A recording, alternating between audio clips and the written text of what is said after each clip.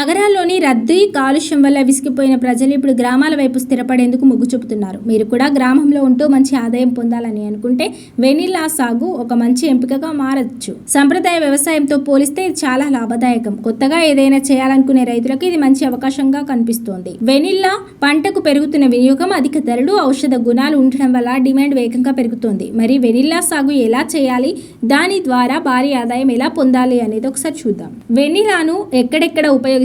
ఆహార పరిశ్రమ, ice cream, chocolate, bakery ఉత్పత్తులు, స్వీట్లు, అనేక ఇతర ఆహార పదార్థాలలో వెనిలాను ఉపయోగిస్తారు. ఇండియన్ స్పైసెస్ బోర్డు ప్రకారం ప్రపంచంలో ఉత్పత్తి అయ్యే ఐస్ క్రీమ్లలో 40% వెనిలా ఫ్లేవర్ను ఉపయోగిస్తారు. పరిమళ ద్రవ్యాలు, సబ్బులు, బాడీ లోషన్లు, షాంపూలలో వెనిలాను ఉపయోగిస్తారు.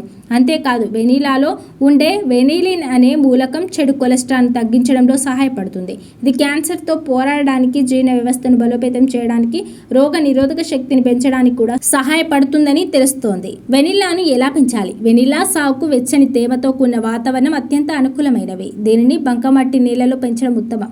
దీని pH స్థాయి 5 నుంచి 7.5 మధ్య ఉండాలి.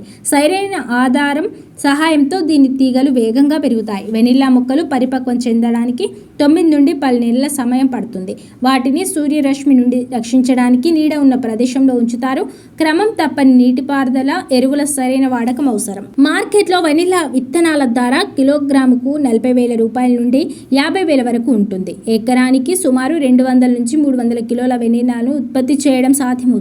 దీని ప్రకారం ఒక రైతు 2-3 ఎకరాల్లో వెనిల్లా సాగు చేస్తే అతను ఏటా కోట్ల రూపాయలు సంపాదించవచ్చు.